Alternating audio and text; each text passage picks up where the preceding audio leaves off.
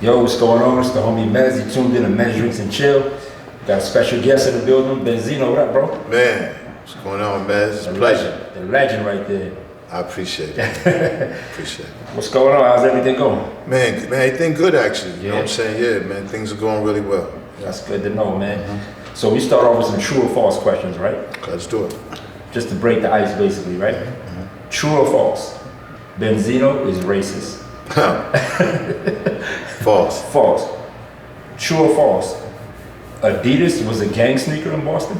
True. Yeah? Yeah. Started out. I've been wearing Adidas for. Let me see. I'm 57 now. I'll be 58 in July. So I've been really wearing since I was 12 years old. I haven't worn a pair of Nikes or nothing or Jordans in my life. Really? So since 12 to right now, I've been wearing Adidas straight, all straight. Now, you know, Gucci and Louis, that's exempt. But as far as sneakers go, it's just been Adidas. And it started out like with the Irish gangsters rocking the Camels back in the day, the suede joints. And then it just kind of took off in the hood and to where everybody rocks Adidas. Like, you know, like we greet each other with the 3 and people get buried with Adidas. They used to have Adidas Park that the feds end up knocking all the trees down and throw all the Adidas up on the, you know, up on the wires and everything. So Is that the 3? Is that where the Hangman came from? Hangman 3 came from. It was me, my longtime brother and DJ 2 times, and man, my man, the great JB, rest in peace. He passed a couple of years ago, man. Yeah, that's that's the Nooses, man. But that's our production company that we've been together probably since, man, like 86, 1986. Yeah. True or false? You were named after a mob boss?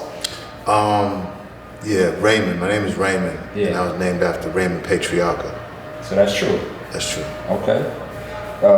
True or false? You named Coi Leray, your daughter? I gave Coi that name, yes. Where'd that come from? She looked like a little Asian doll because her mom looks Asian, and she just reminded me of like a koi fish. Koi fish is like Asian, you know what I'm saying? And since my name was Raymond, I wanted all my kids to have Ray in there. So Leray just sounded like a dope name, and I knew this woman named Leray back in the day. I always thought it was a beautiful name. Right. And just put them together, Coi Leray. Yeah, that's what's up. She's tattooed right there, along with my other ones. Oh yeah, I see it. Ray, Coi, Taj, and Baby Zeno. Right there. True or false? You had a spaceship barn? A spaceship? Yeah. That's true, man. Damn. I did my research. So the spaceship was for the Source Awards. I think we paid like $40,000 to have it made. And I remember when I did Figaro, it was me and Scarface. Yeah, that's what I heard.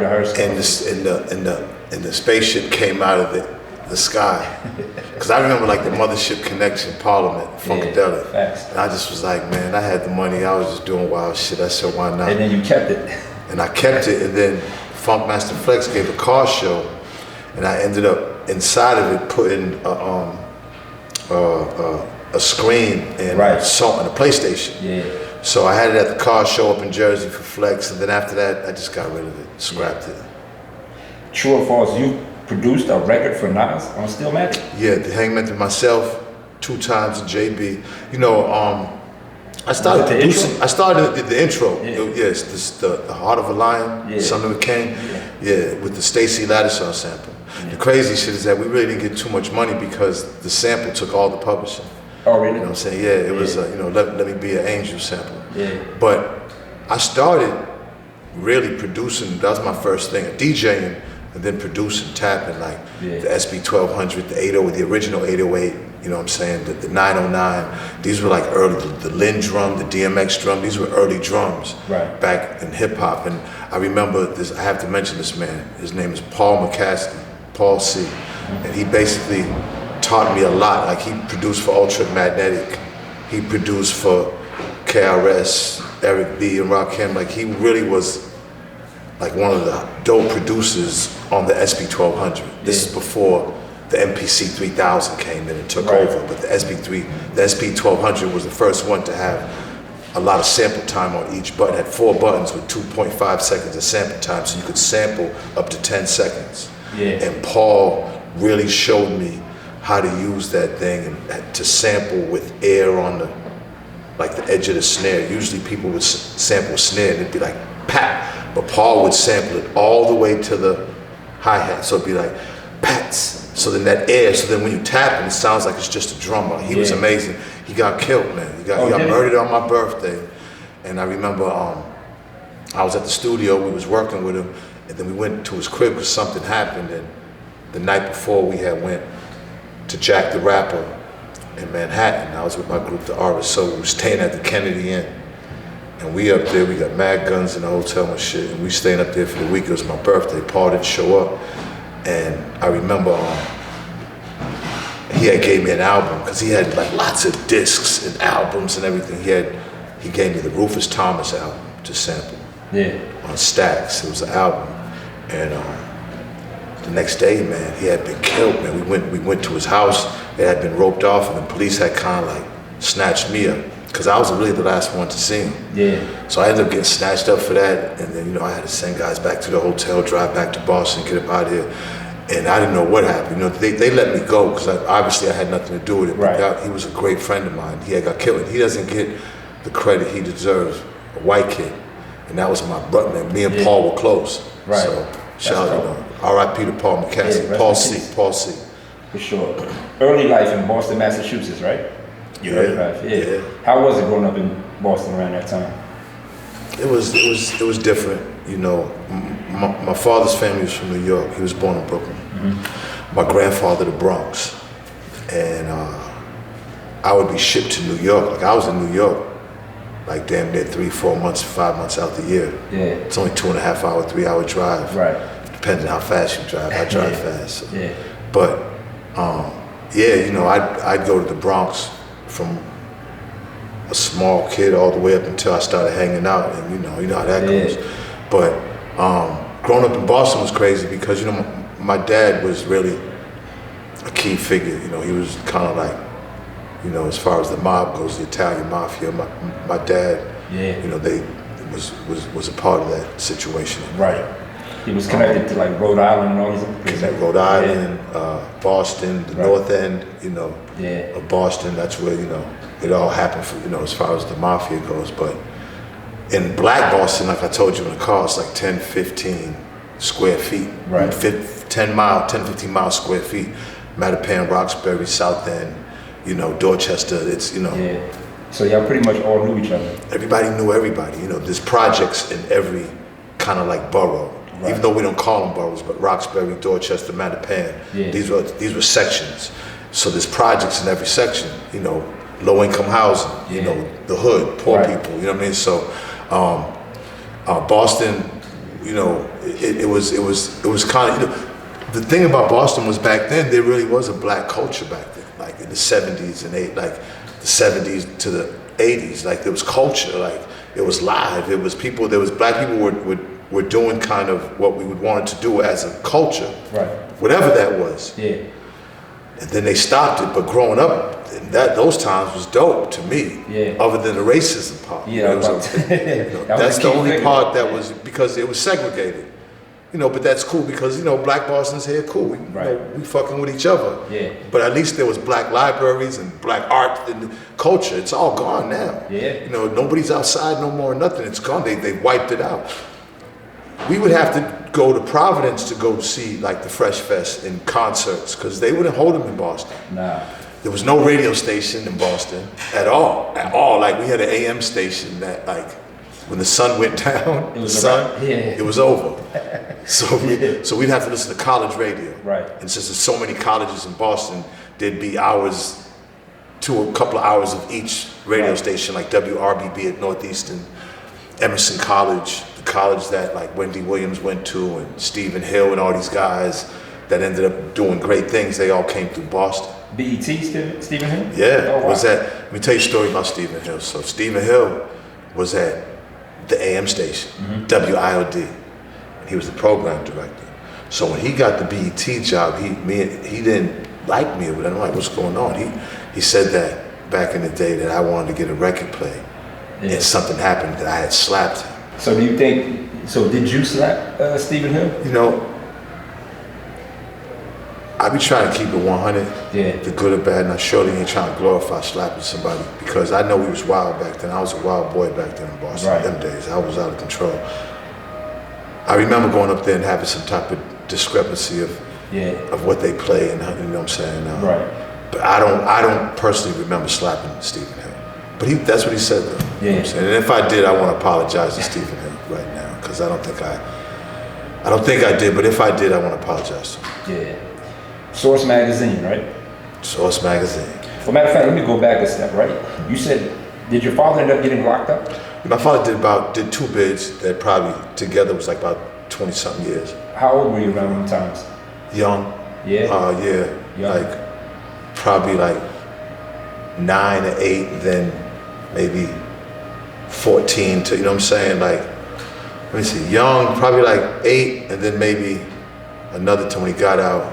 Yeah. Because like I said, he probably altogether did 20 something years. So it was just and you would it was visit 2 him? major bids. I would visit him all the time. Like my mother would take me when I was real young, and I remember, you know, having to grab notes, little pieces of paper.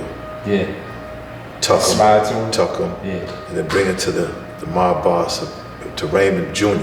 Because it was Raymond Sr., then it was Raymond Jr. And you know, I mean, you know what I'm saying? Just you know, they knew me well as Tito's son. My father, they call him Tito. Yeah.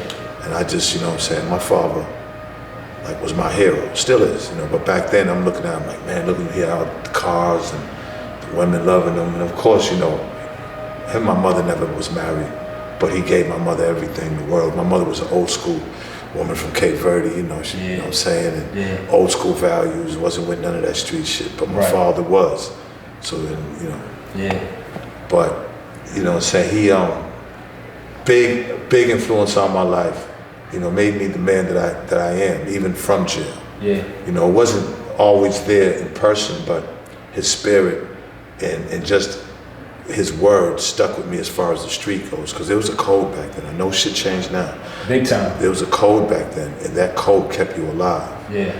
And not just streetwise, but just in general. Like, people think a street code just has to do with drugs and street bad shit, when really it gives you class sometimes, like in way to act when you're in public, then it has nothing to do with the streets. There are certain ways that code, as a man. Bingo. As a man, you should carry yourself. You should carry yourself, sure. you know.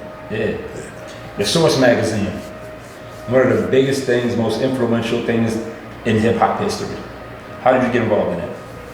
Well, so Dave Mays was going to Harvard. I grew up on Four Corners, which is crazy because the cross streets are Harvard Street. There's Harvard Street on Four Corners. So I always be like, damn, Dave came from Harvard University and I came from Harvard Street. Yeah. And he was a white Jewish kid from DC, black part of DC, and I'm Cape Verdean, Puerto Rican kid from Boston, white Boston. And you know, even though I'm Cape Verdean, Puerto Rican, I grew up black. Right. I'm black. Yeah. You know, I grew up in a time in schools where it was black, white, other. So I'm not other, black, you know what I'm saying? And that was my culture, that was who I am. And Cape Verde are islands off of the coast of Africa for whoever don't involve. So, but I didn't see myself as light skinned. I didn't see myself as none of that. I see myself as black growing up. You know what I'm saying? Listen to Bob Marley, Parliament Funkadelic, all the, you know, Ohio players. Like, music was a huge part of the culture that defined your blackness. And then I found out through music and through just culture and just the disparity of how it was in Boston between whites and blacks, and I kind of grew this revolutionary spirit where I just noticed that. And it was funny because I despised white people who were racist, and so it kind of like made me look at white people, but the white guys that my father was around, Irish gangsters, Italian gangsters, and Jewish gangsters, you know what I'm saying? Like, they were all cool as hell to me. I looked up to them, so you know what I'm saying? I'm kind of not necessarily confused, but I'm figuring out how life is at a young age when it comes to racism. Facts. So when I met Dave, you know, me and Dave just connected. I had a group, and I was doing hip hop, and he was very much interested in hip hop, although he came from a DC area of all go-go. Yeah. And we just ended up forging a friendship. Him and his 3 other partners that was in Ivy League schools came up with the idea from a 1-page newsletter that Dave did from a radio station, that he had a Street Beat. He did a radio show called Street Beat, and my DJ, and we would come up on a weekend and help him out with it, and he did a newsletter.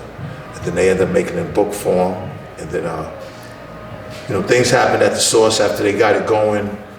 He bought his other guys out, and then he made me a full-time partner. I think the Source was discovered in '88. I probably was a partner in '94. So 4 years later, we was together me and Dave was together at the Source for 18 years. So, out of the, I was with him every step of the way, but as a partner. In '94 is when you That was in '94. Yeah. The Source Awards, iconic, right? Super iconic.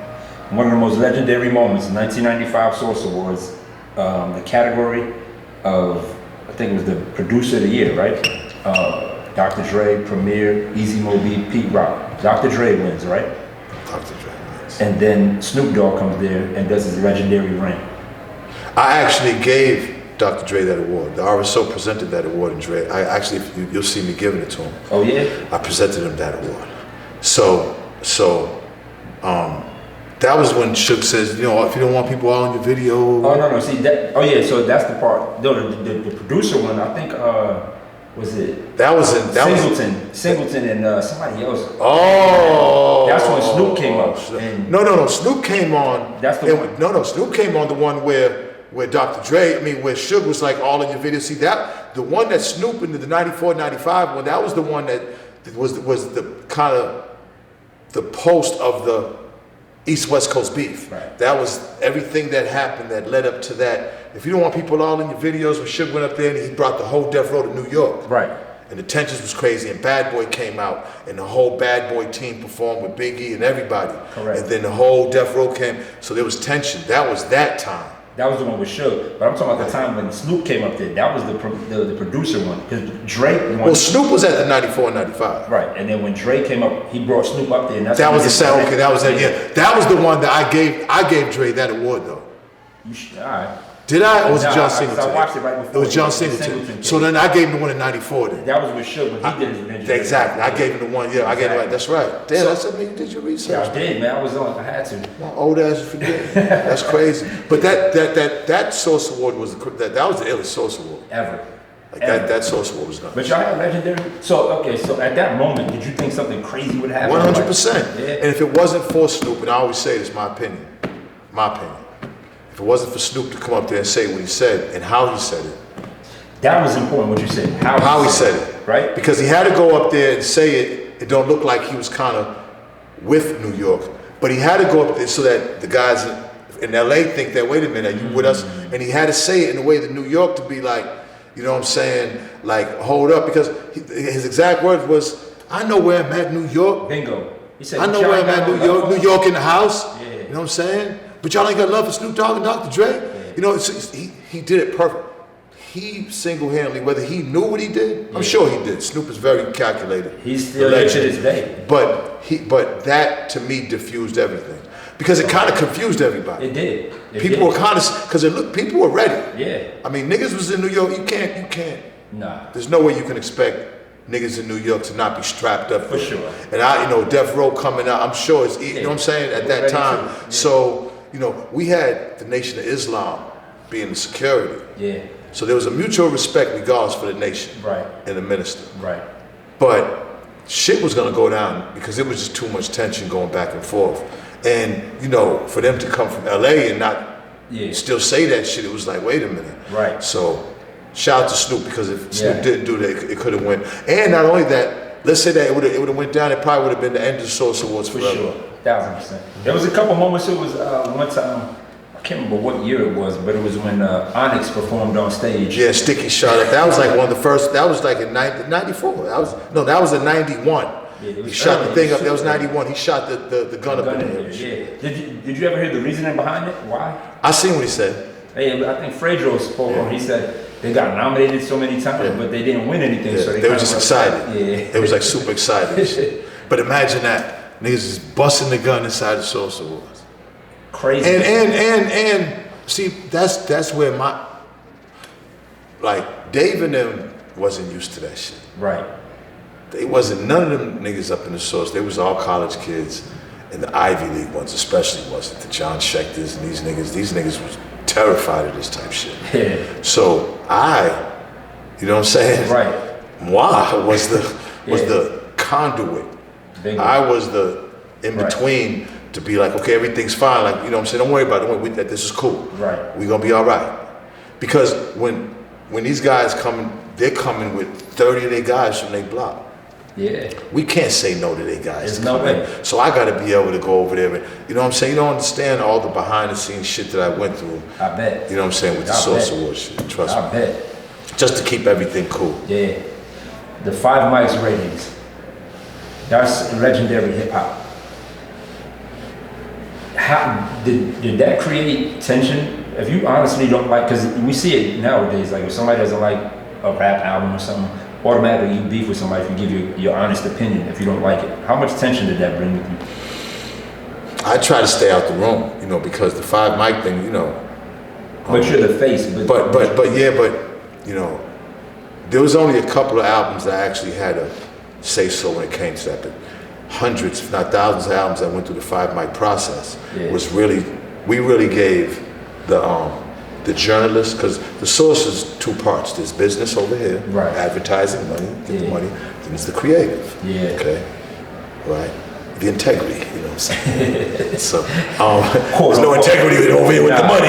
The integrity over here, you know what I'm saying? Okay, so, and that's what people don't understand. They try to balance that, bro. It's not easy, and I'm gonna explain that, because we gave the freedom for the journalists, the art directors, and everybody working over there, the freedom to go in, and they would sit down and they would listen to albums, because the labels would give it to us first to listen to rate, and you know, but I would never take part in that process, because this is my personal feeling. I feel like us as individuals, and I felt like this for a long time, what makes us 8 billion people, or how many on earth as individuals, is our ability to like a song and to like art and to like things and to be attracted to things that we as individuals and that set us aside from the 8 billion like. And that to me is a valuable thing to have within yourself to make you an individual. Because we live in a time where everything is groups and follows, and you know, everything has to be, you know, you have to follow things, and you want to make sure you're cool. So I think I should follow this just to look cool. I know nothing about it, but trends. Yeah. So you know, with me, you know what I'm saying, it's hard, because back then West Coast beef was kind of like, I mean, West Coast music was West Coast. East Coast music was East Coast. It was really territorial. So, you know, there wasn't too many people from the West Coast at the Source, or from down. So it's like you got a bunch of New York niggas up here rating albums from all over the place. And although, to me, Dr. Dre should have been 5 mics. The Chronic should have been 5. Like, why would it be 4.5? Like, what the fuck? Like, that shit's fucking one of the greatest albums of all time. Like, so it was just certain things that and then you run into a problem where if a label is paying big money for advertising, big money, and then you happen to give one of their artists 2.5 mics, then they're like, what the fuck? So people don't understand, again, the behind the scenes of that. But for the most part, people looked at it, who grabbed the magazine, who probably was in Iowa, and say, you know what? If they said it's good, then I'm gonna grab it, and it helped them. So I respect that side too. There's a whole bunch of different sides to it. It really is up to you and how you feel about it. I know people, especially back then in my age, or a little younger than me, they lived off it. So I realized the impact 5 mics had to this day. You know what I'm saying? It was a major part of our culture, of the music. So, you know what I'm saying? That was the brainchild of Dave and the staff. I necessarily didn't have anything as far as making up the 5 mics. The Source Awards I did. Okay. The Source Hip Hop Hits, we sold 5 million of those in a bunch. I did. Those were the albums? The albums, the compilations. I was the first ones to come up with them in hip hop. The Now compilations at MTV wasn't even.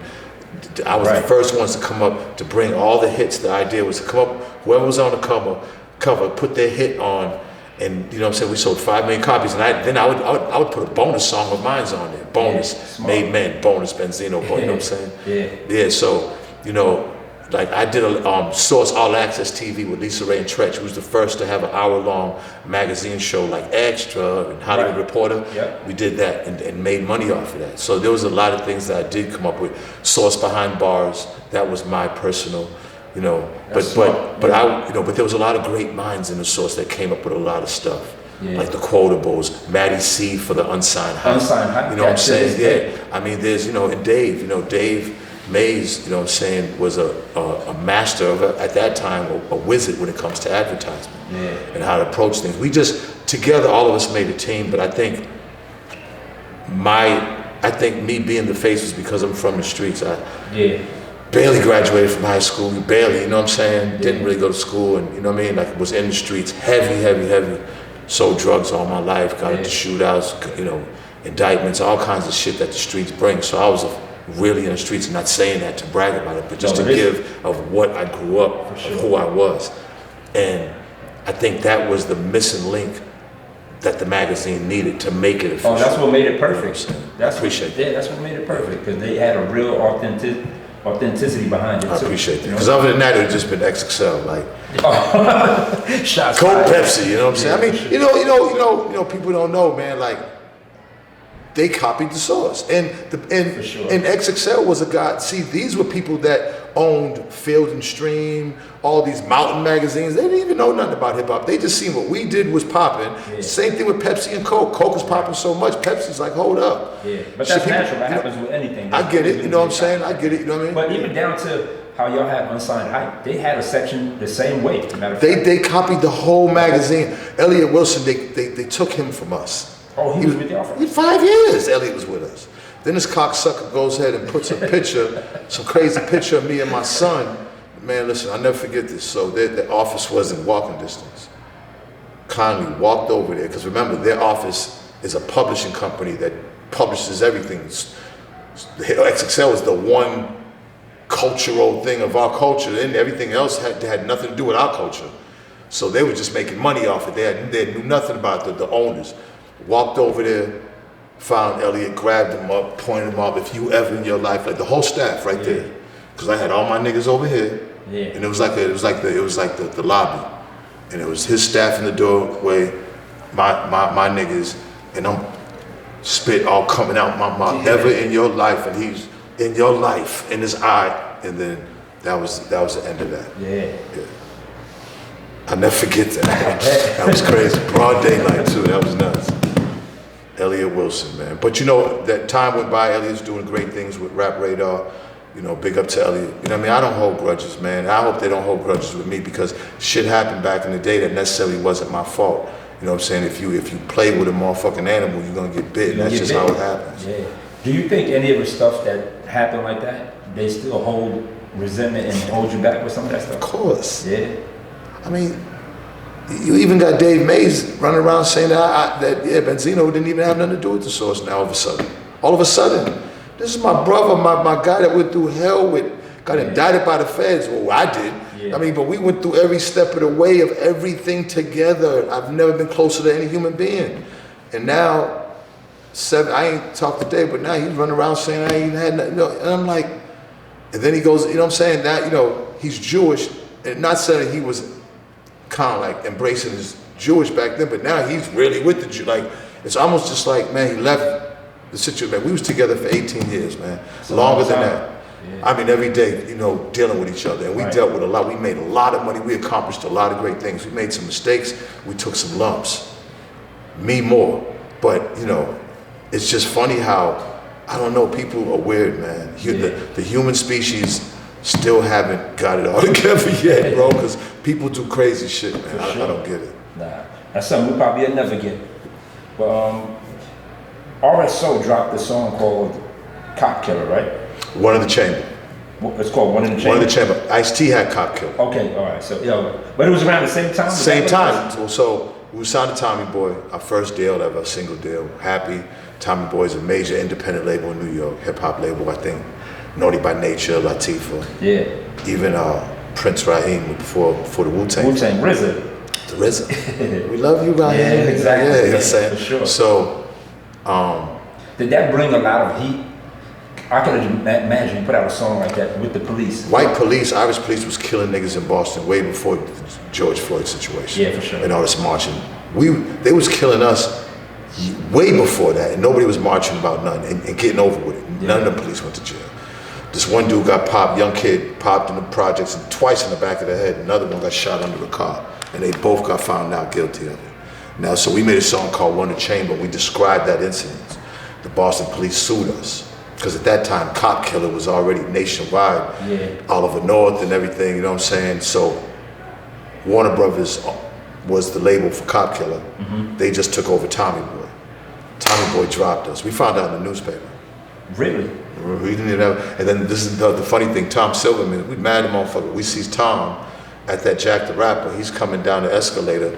We deep as fuck. Because we used to be like one of the first rap groups that used to be deep as fuck. And traveling everywhere, and Tom's coming down the escalator. He tries to turn around and walk back up the escalator. Impossible. He comes downstairs, he's nervous. He's like, I'm sorry, the reason I didn't tell you, he's trying to cop plea. Then here comes Jay Prince with Rap A Lot in the gang of niggas. And he says, just at that time, he's like, wait a minute. You guys are a controversial group, Jay Prince. Jay, I want to introduce you to Benzino and da-da-da-da. Oh, that's how y'all met? That's how we met, and the next thing you know, Tom got out of there. So me and Jay exchanged numbers, man, and Jay ended up giving us an album deal. So it was just crazy how that happened, like, because we was getting ready to probably do something to Tom, right? You know what I'm saying? Like, it was gonna probably go down with Tom. Jack the Rapper was in Atlanta? Jack the Rapper was in New York. At the Marriott Marquis in Times Square. What was the thing that was in Atlanta? It was... How Can I Be Down was in Miami. Okay. Oh, that was Peter Thomas, Oh, okay. Yeah, Peter Thomas, yeah, you're right, I'm tripping. The police wanted you bad in Boston. There's always rumors of, like, from the locks when they got into that beef with y'all, and then they were literally asking for you, any information on you. So there's a movie with my man Sean on, it was a documentary, The Fifth Trial or something, where a cop got killed and he had got tried over and over. And I knew him well, Sean. The dude was Mulligan, his name was Mulligan, Officer Mulligan. So I'm probably about 14, running from Officer Mulligan. Officer Mulligan used to be getting chicks, having sex with them in his car. He used to have a station, an old Mercury Marquis, right? And then he had a station wagon. He would have sex in his car on the block, you know, because we hand to hand back then. It's all hand to hand combat. So Mulligan would come and check. He'd never catch me. Mulligan would be shooting at us. Joe Mulligan, he had wooden teeth, Irish cop, whole family cops. That's the one that got killed in the thing. So so if you ever see it, it's on Netflix. It's called The Fifth Trial. I'll check it out. Yeah, but you could see how racist Boston was in the police up there.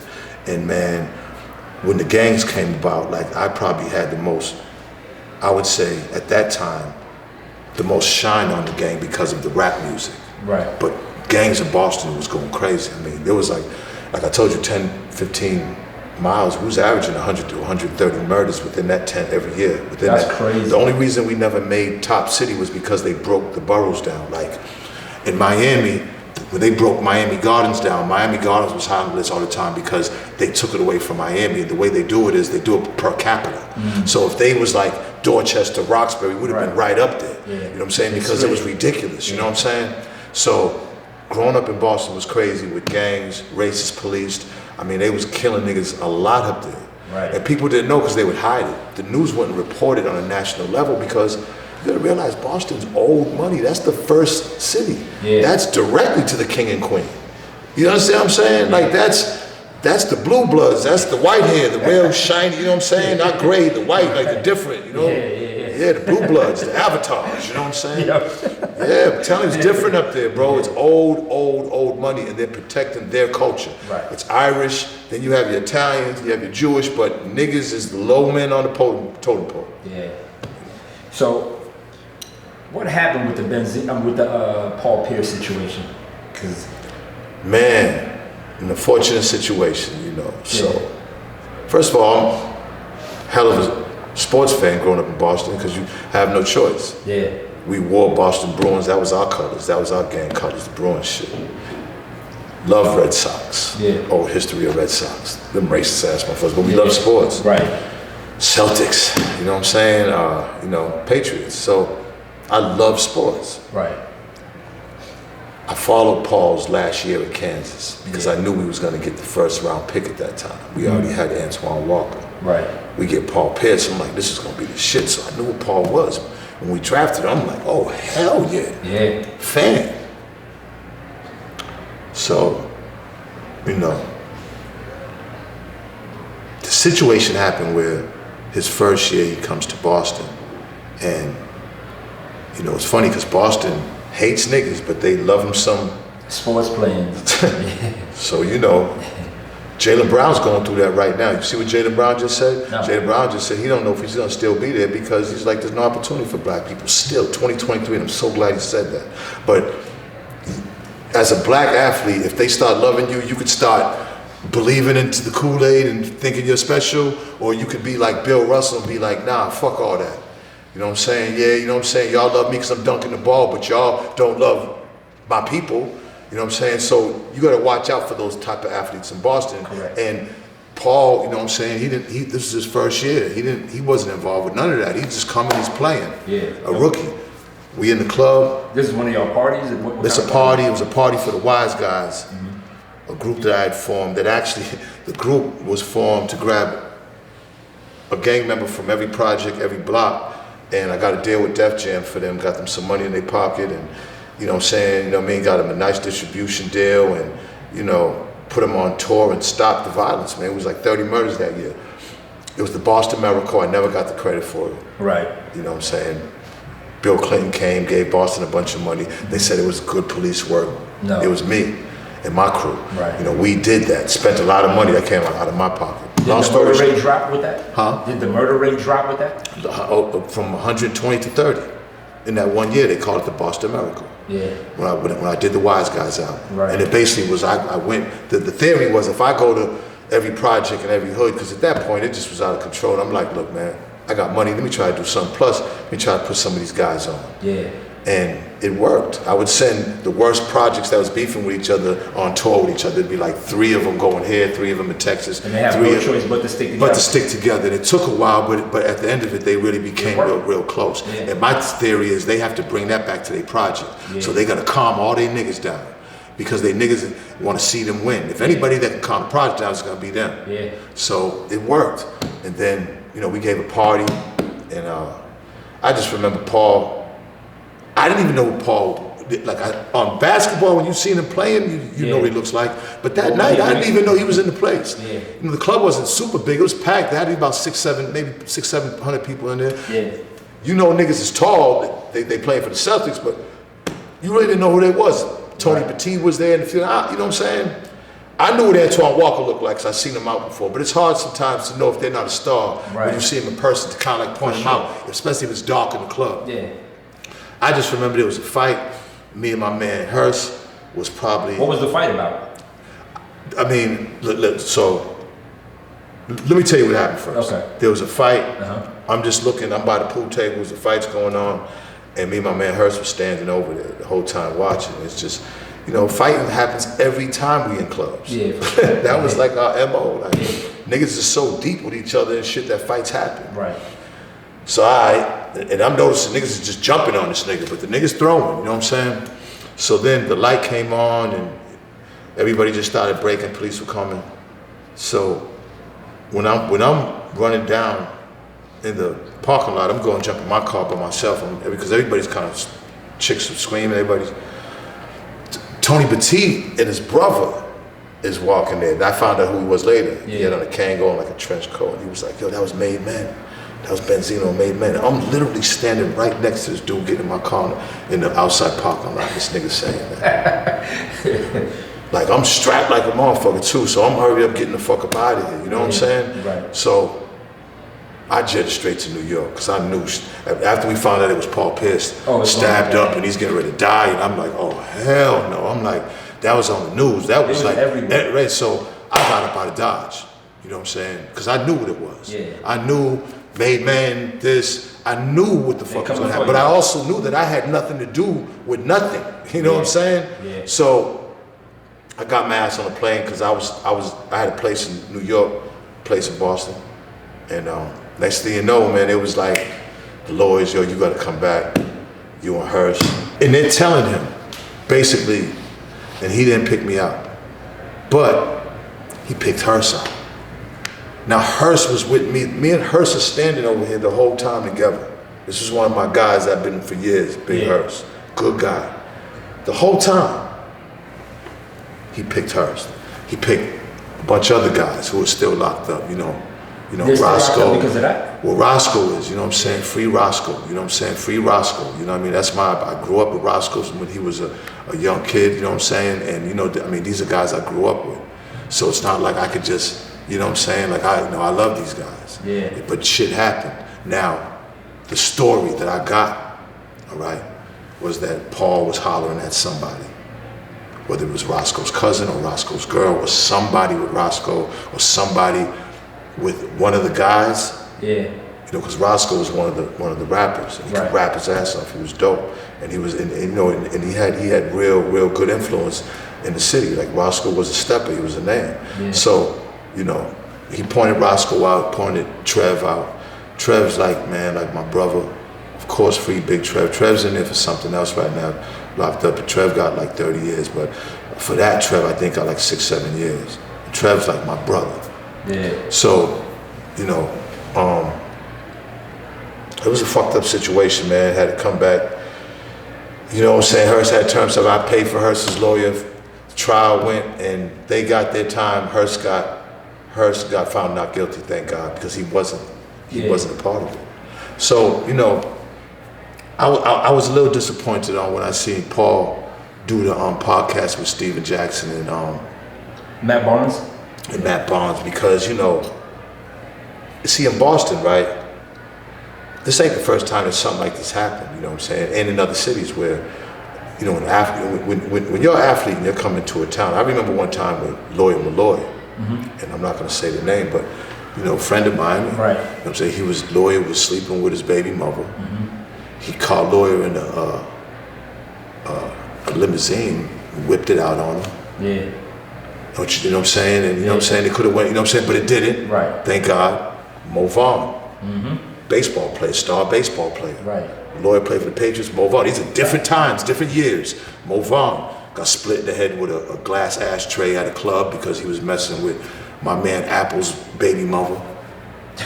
Like my thing is when you're an athlete, you just gotta understand, like you go into these hoods, and these hoods, now see, nobody's raping nobody, so the women's doing it, so I get it. I'm not hating on, but you just gotta be conscious of how you move. For sure. Because when you banging out their baby mamas or banging out their girls, you don't know the situation. Right. And 9 times out of 10, that's their territory. So they're gonna have the advantage. That's why athletes gotta think better, especially young athletes.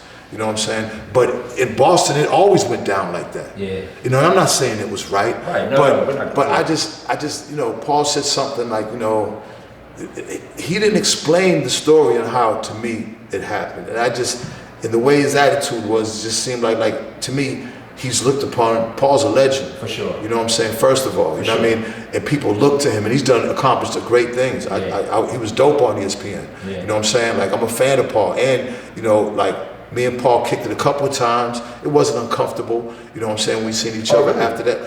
One time I was in Miami, sitting behind the Celtics bench, and he said, "What up? Salute, what up?" Another time I was at a club, he kind of like grabbed my shoulder, and I looked back, and it was him.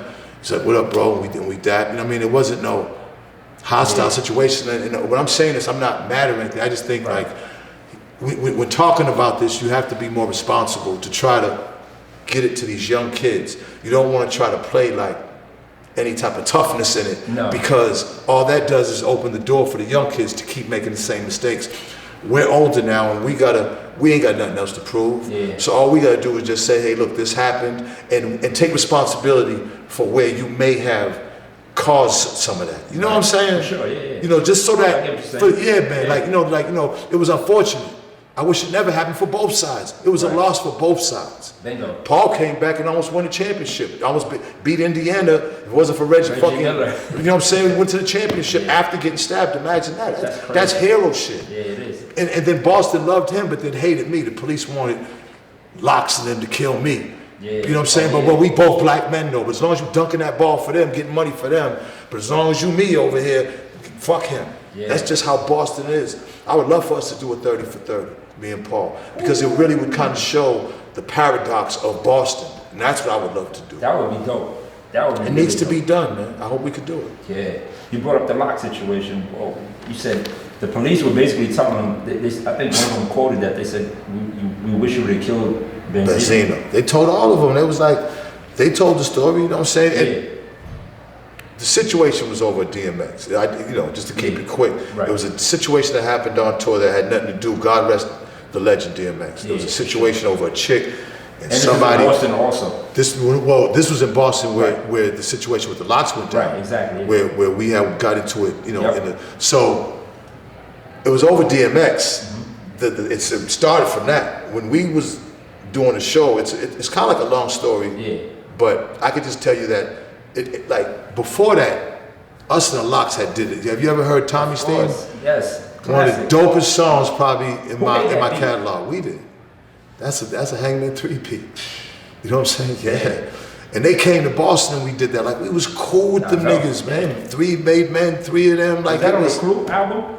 It was on the Belly soundtrack. Belly soundtrack. Which I need my platinum plaque for that shit. You know what I'm saying? Classic song. Yeah. So, and we did the video. The video, we got a real tiger. Never made the video, but the video, I'm sitting next to the tiger. The Locks didn't even come up. They was way the fuck locked up in the thing. Y'all like wearing suits and stuff in that video. Right? I had lambskin suits on it. No, we wore the suits. Yeah. Little X did it. Little X did it. Melissa Ford was the video girl. But there was a part where we did a lion part that never made the video, where I'm sitting right next to the lion. Like the lion's right here, big ass lion. I don't even know what the fuck I was thinking. Yeah, I don't either. Because that was Jada and Jada and Styles did the back-to-back rap. And and then she came in like that shit was, they killed that shit. So it was unfortunate how it happened. That was a situation that it had nothing to do with neither. It had to do with DMX and a promotions man was fucking on the same shit. Yeah. It had nothing to do with us. And then when we're down there and we're trying to find out where X is to talk to him, Locks came out, it's loud. We're deep, they're deep.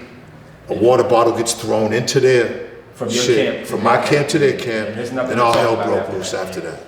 And then, but it didn't, damage got done on both sides, but it only lasted for like quick little 6 minutes, 7 minutes. Yeah. Because police came, maced everything up. So then when they went down to the station, that's what they were saying, how come they didn't get that? But once we squashed it, I met up with them at a dinner and they told me that. It was like, Raspy, Ray, we don't know what you did with them, but man, they said Foster. I said, damn, yeah. Coi Leray, your daughter. Any updates with that? Or have y'all spoken? I mean, she's doing amazing, man. She is, yeah. And that song, I just, Girls That Plays Too. Yeah. I'm so proud of her for doing that song. For sure. Because that's a song that I could listen to and vibe to and be like, you know what I'm saying? Right. It's hard for me to listen to some of the songs because I'm her dad. Yeah. I'm her dad. Yeah, it's hard. You know what I mean? There's no way around that. Unless you're a dad, you're not gonna know how that feels to listen to some of the content of your daughter and how it is. But that song, and me being old school too, and me loving Grandmaster Flash and Furious 5 and knowing the history of that beat. Yeah. You know what I'm saying? Right. Like, so is it what I couldn't be more proud. Does your son rap, right? Your son Chavo. Does he still rap? Chavo right now is with Pierre Bourne. Chavo's 3 years older than Coi. He was signed when he was 9 years old with Baby Pun, Christopher. Yeah. Big Pun's son, Lil James. They did a video called Baby Boo. It's on YouTube. Benny Boom produced it. We did the Bronx Tale over. Jimmy Iovine signed him. Gave him $900,000, gave him half the money before they was even cleared as kids, because you got to clear it with the lawyers. Gave him half the money. Shout out to Liza and rest in peace to Big Pun. Now, is it easier to listen to your son talk about gangster rap? Wow. Or I gotta keep it 100. Of course it is. Of course it is. Like, but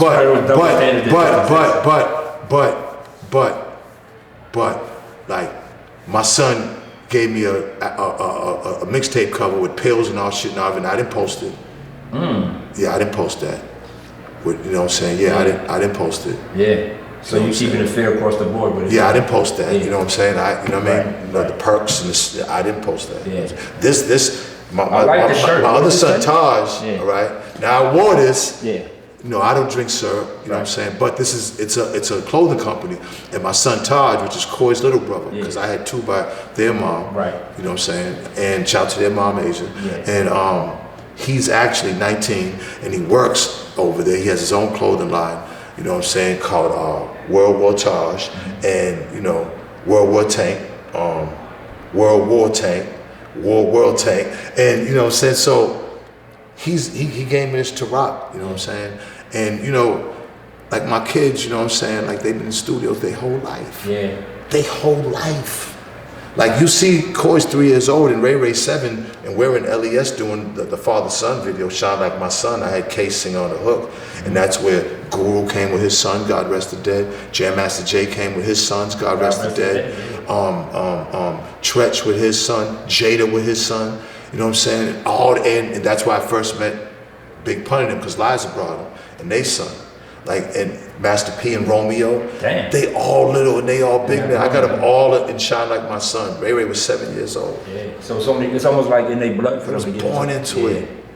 They was born into it. It's like Steph Curry and his dad, basically. Man, you know what I mean? Listen, growing up hip hop, I mean, honestly, you know, salute to all the fathers and their kids, but I'm really the only dad that has a father and daughter that was signed to major labels and really got a big following. Because Ray Ray just got off a tour with Pierre Bourne doing House of Blues. And if you look on his Chavo, Chavo, you look on his Instagram, he got an all-white audience, like thousands just going crazy over his song, Michigan. So I'm proud of him, man. I'm proud of them all. Proud of Coi, Taj, Zeno, Ray Ray. They're mines. They're all mines. They all on you too. They came right out of these nuts, you know what I'm saying? How do you feel about John Morant? The situation that he's been going through? That's just hip hop. I mean, that's the strength of this low vibration hip hop. Of what's out there. And I'm not saying low vibration in a bad sense, but that's what it is. It's you know, I mean, gangster rap to the 100th power. You know, I mean, kids will actually go and do this shit now, then rap about it. You know what I'm saying? Like, you know, before, you know what I'm saying? You know, let me go get it done so I can rap about it. You know what I'm saying? So, but if you look at John Morant, that situation, and see how hip hop influenced, because the whole time he's doing that, he's rapping a song and he's amped up. And he's a little saucy. And I get it, because that's what that music does to you. And so if that music can do that to somebody who came from private schools, two parents in the household, father still around him, and $200 million contract. If hip hop can do that to him, if today's hip hop can do it, and the internet can do that to him, then imagine what it can do to these kids in the projects with nothing. That just shows you that's a jewel right how there, strong it is, and it really is up to us to kind of change the narrative, because it really is. And you know what, I'm gonna say this, and I don't want to sound like a hypocrite, but sometimes is necessary hypocrisy. Like it's hurting some of these kids. You know what I'm saying? It's driving them in a wrong. It's putting them in a lane that they can't get out of. You know what I'm saying? They can't come back over to the middle lane. They got to stay fast in this lane, because there's nobody to tell them what's right, what's wrong, what's real, what's not. So they're just going with it. They're going with the feeling. They love the feeling. They love the rush, the adrenaline. They love how females are looking at them, and that's all they need to know. That's it. Now, if there's nobody else there to tell them, homie, this is what comes with that, well then, it's not when, it's not if, it's when. So we're gonna end it off with this or that. So I'm gonna give you two Let's options, go. and you pick whichever one. Yo, and I want to come back, man, because you're dope, bro. I appreciate that. I ain't gonna lie, not even just saying that, man. That means I've got to do this. That. Yeah, we got to do this again. Sure. Eminem or Marky Mark? Rapper? However, rap. Skills? Oh, well, just... Are we talking? Or just what I think of him? You gotta just pick. Marky from Boston. I figured you picked from the Bean. Nipsey or Tupac? Pop. Independent or major?